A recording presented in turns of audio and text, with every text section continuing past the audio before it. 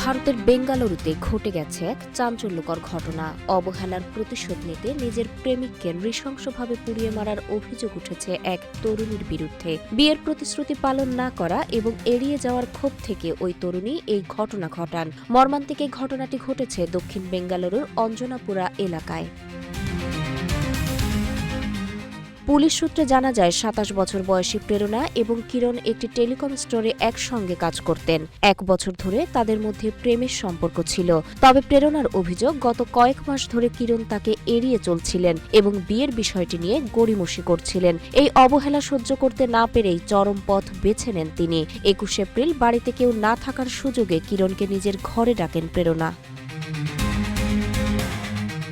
তদন্তকারীরা জানিয়েছেন, কিরণ বাড়িতে আসার পর প্রেরণা একটি নতুন ধরনের সারপ্রাইজ প্রপোজাল দেওয়ার কথা বলে কিরণকে একটি চেয়ারে বসিয়ে তার চোখ বেঁধে দেন। কিরণ যখন হাত পা বাঁধার বিষয়ে আপত্তি জানান, তখন প্রেরণা তাকে আশ্বস্ত করে বলেন যে বিদেশে এই পদ্ধতি এখন বেশ জনপ্রিয়।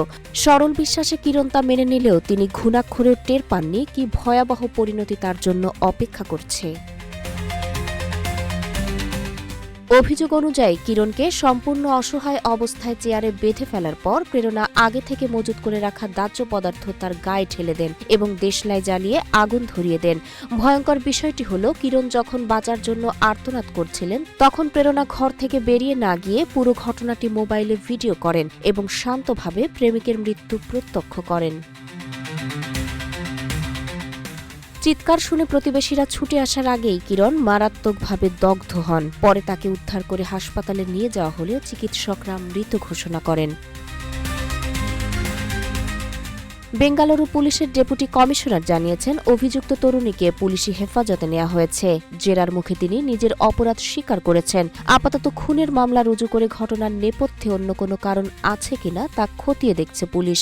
এই নৃশংস হত্যাকাণ্ড শহর জুড়ে ব্যাপক আলোচনার সৃষ্টি করেছে। তাহেরা আক্তার, রূপালী বাংলাদেশ।